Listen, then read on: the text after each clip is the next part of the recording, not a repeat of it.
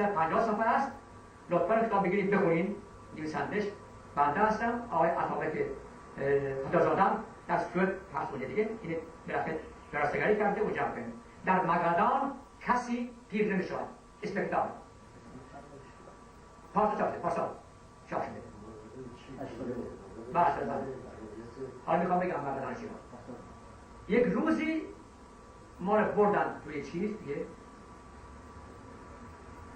توی بستا راهن دیگه، قطار راهن، ایستگاه راهن اشخابات. ما واگن‌هایی بوده به نام استالپینسکی، واگن مخصوص زندانی هاست. ما رو اونجا سوار کردن. از چارجو رفتم شروع شد. از چارجو اومدیم تاشکند، از تاشکند نوسیبیر، از نوسیبیر کجا اومدیم؟ خابارز، از خابارز کجا؟ والیداستوک، بوختوان. آمدیم کنار بندر چی؟ بوختوان. دریای چی؟ اخوتسک بار است. دریای اخوتسک. 4 ماه تو راه بودیم. اما نمیخوام بگم چی تو راه چی بودیم چی نبودیم، نمیخوام بگم. اونجا رفتیم در بوختوان. یک روز ما رو صدا کردن باز. یک کشتی بزرگ مدت بود بندرش اونجا به نام نوگین. کشتی زمان پتروپل دروشه بود. اون زندان بود. کشتی زندانی هست. ما رفتن تو اون زندان. شروع شد رفتن کجا؟ مگدان، یعنی خود به شمال. حالا اون کشتی چه کشتی است؟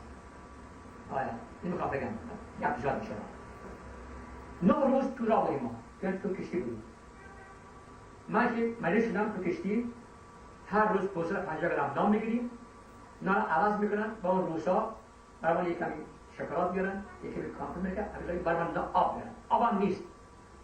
کشتی 120 متری، یک سلاح داره بالاش، اشلاق اونجا از اسلام اینجوری میزن تو پایین دیگه.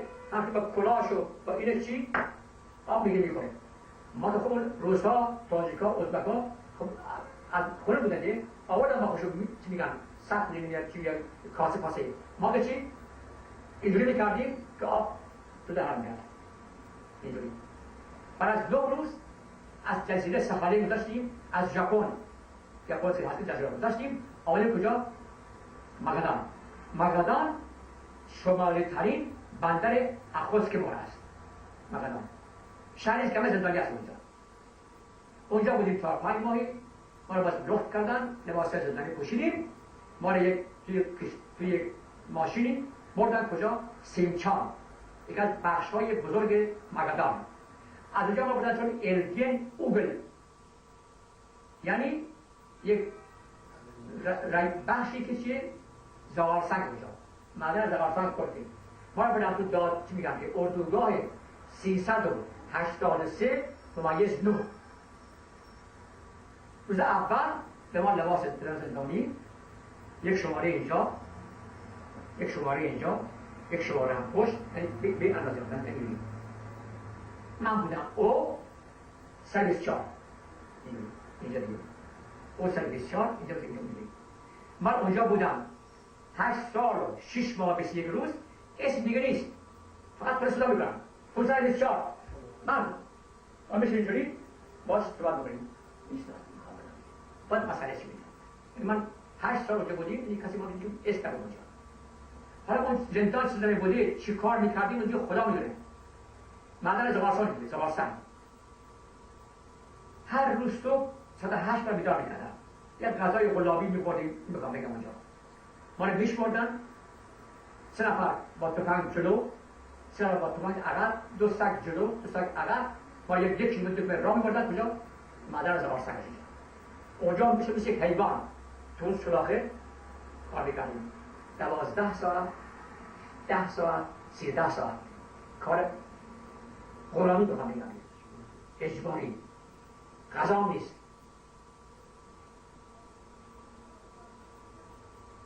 یک اونجا کسی که میترکندش از که میخوام میترکنن دیگه مدرسه زغالسنگ میگم سلاح میکنن مهری کنن.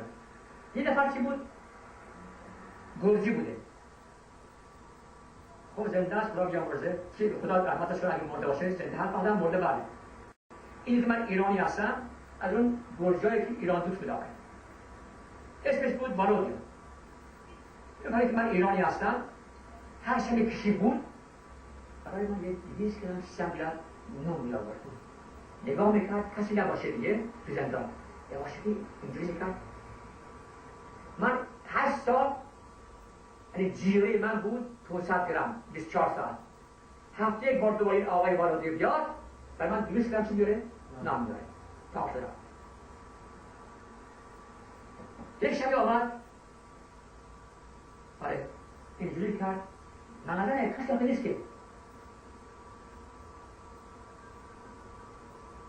روشی استانی کریزیس این استانی بود به درک واقع شد یواشی بود زندان بود ترس میکنیم ما رو داریم خوشحال میشیم برای من یک بهشت شده عروسیه هیچی 3 روز نگفتن که استانی بوده تو اردوگاه ما بودم که تقریبا 2 دفعه کار شدن کار میکنیم 2 دفعه پسند میشه کار میکنیم آره 3 روز گفتن که استانی مرد و هیچی ما بخواد بگه خدمت چی میشه وجه ما چند ماه دیگر بودن که کار شد 8 سال 8 سال شده کار از 12 اولان 8 سال بودن آره روزی میخواستم من برای کار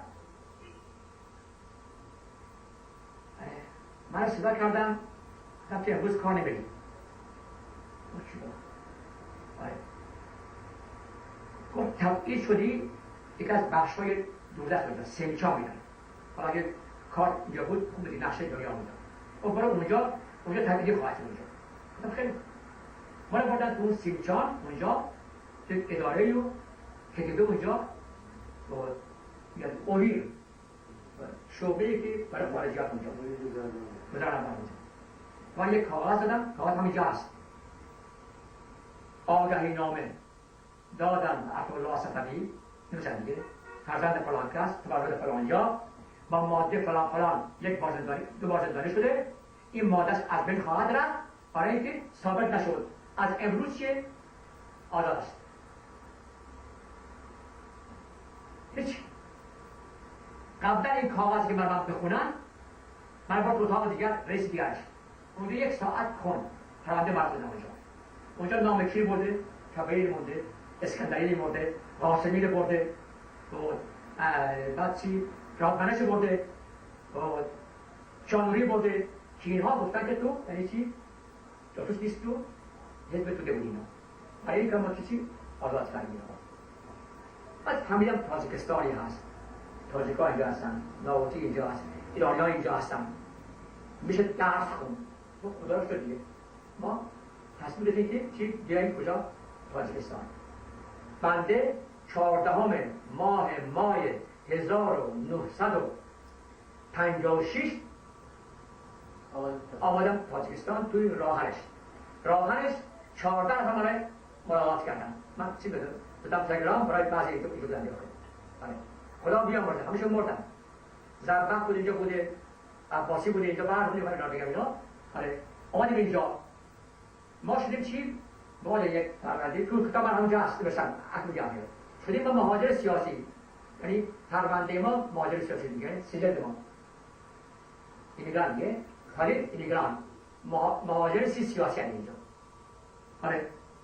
من اومدیم دانشکده و داخل شدیم اینجا و من 6 سال خوندم یا نمیخوام بگم اینا ولی خب سال 56 داخل شدم 62 تمام کردم 2 سال کار کردم یک از بخش‌های دوردست تاجیکستان ما شنبه ما از سال 1964 تا به حال من دارم کار میکنم تو بیمارستان غریگه بالای چی تاجیکستان یعنی اسلامی آباد بود قدیمی حالا شده دوشنبه شده اینجا این بیمارستان خیلی بزرگی است 15 ساختمان داره 3 اتاژه یعنی 3 طبقه اینا من کار میکنم اورولوژی من 4-5 سال کار کردم جراح عمومی خوندم تمام کردم بعدا الان هم 30 ساله که 35 ساله که دارم میکنم کار میکنم مثلا اورولوژی هستم جراح اورولوژی دارم میکنم حالا هم دارم اینجا هستم اینجا بذار بگم من سال 1368 ایران بودم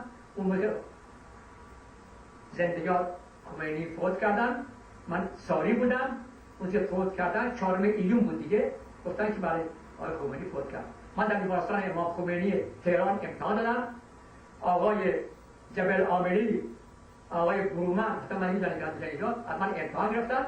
من گفتم برو تو فلان کار کن. چی خواستم بگم که ما اولین کسی که از دوشنبه بین 180 ایرانی بودن، من رفتم ایران. اولین کسی 1968 68 ایرانی. بله نه، از اینجا رفتم آشخاباد، از آشخاباد باکو، از باکو با قطر راهن کجا جلفا، از جلفا به ایران. یعنی بعد از 41 سال و 6 ماه و 21 روز من بودم ایران. مهاجرت من بودم دیگه 41 سال و 6 ماه و 21 من رفتم ایران. رفتم تا چی؟ راهن تهران آمدیم پایین. حالا چیزی من کسی ملاقات کرده بود، چی شد چی نشد، من به خوش داستان عجیب غریبیه با اینا گفت خیلی عالیه. ولی خب به هر حال این بود زندگی. بسیار کوتاه من خیلی زیاد صحبت کردم و بعد خب زیاد صحبت کردم، خیلی وقت بوده.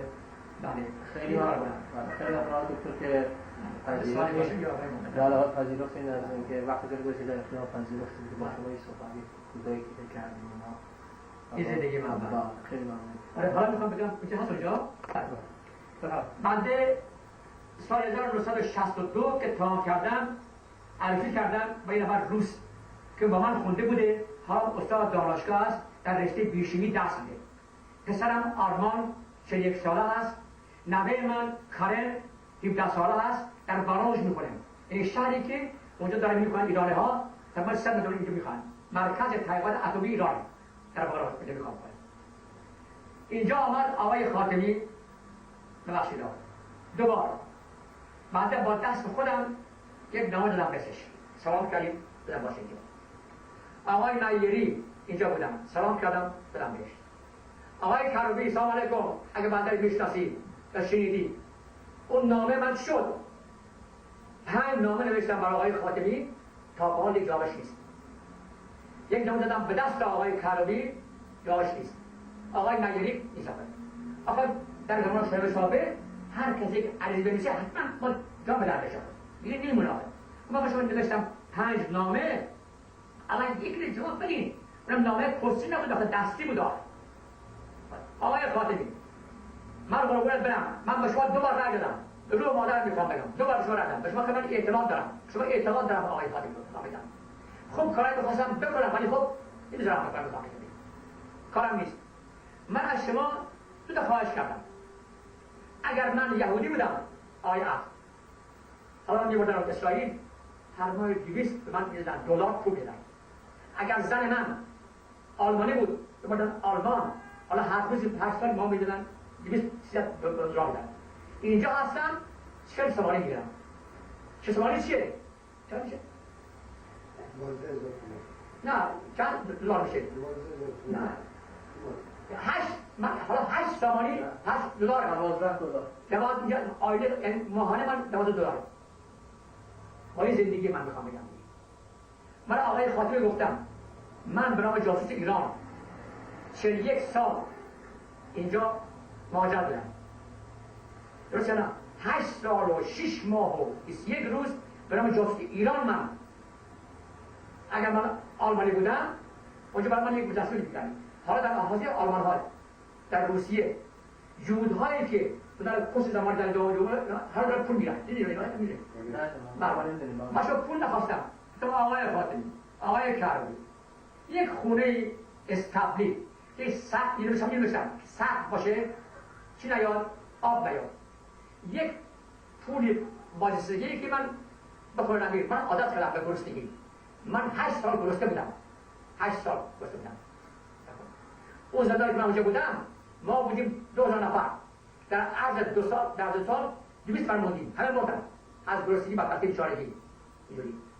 ولی خب بخشید چقدر کمک میکنم ایران بخشید ایران به این کشورهای دیگر. من نمیخوام نام برم به فلسطین ها به جای دیگر. خب یک ایرانی اومده اونجا جوانش در اینجا از بین رفته 41 سال اینجا من مهاجرت بدم اینجا 8 سال رو بگم دیگه 6 ماه به زندان بدم برای جاسوس ایران با اون شماره که اینجا من بوده اینجا. ما یک کاری بکنیم. من چیزی بخوام. هیچ همین یک اتاق 10-12 متری یک چی میگم دیگه حقوق بازرسیگی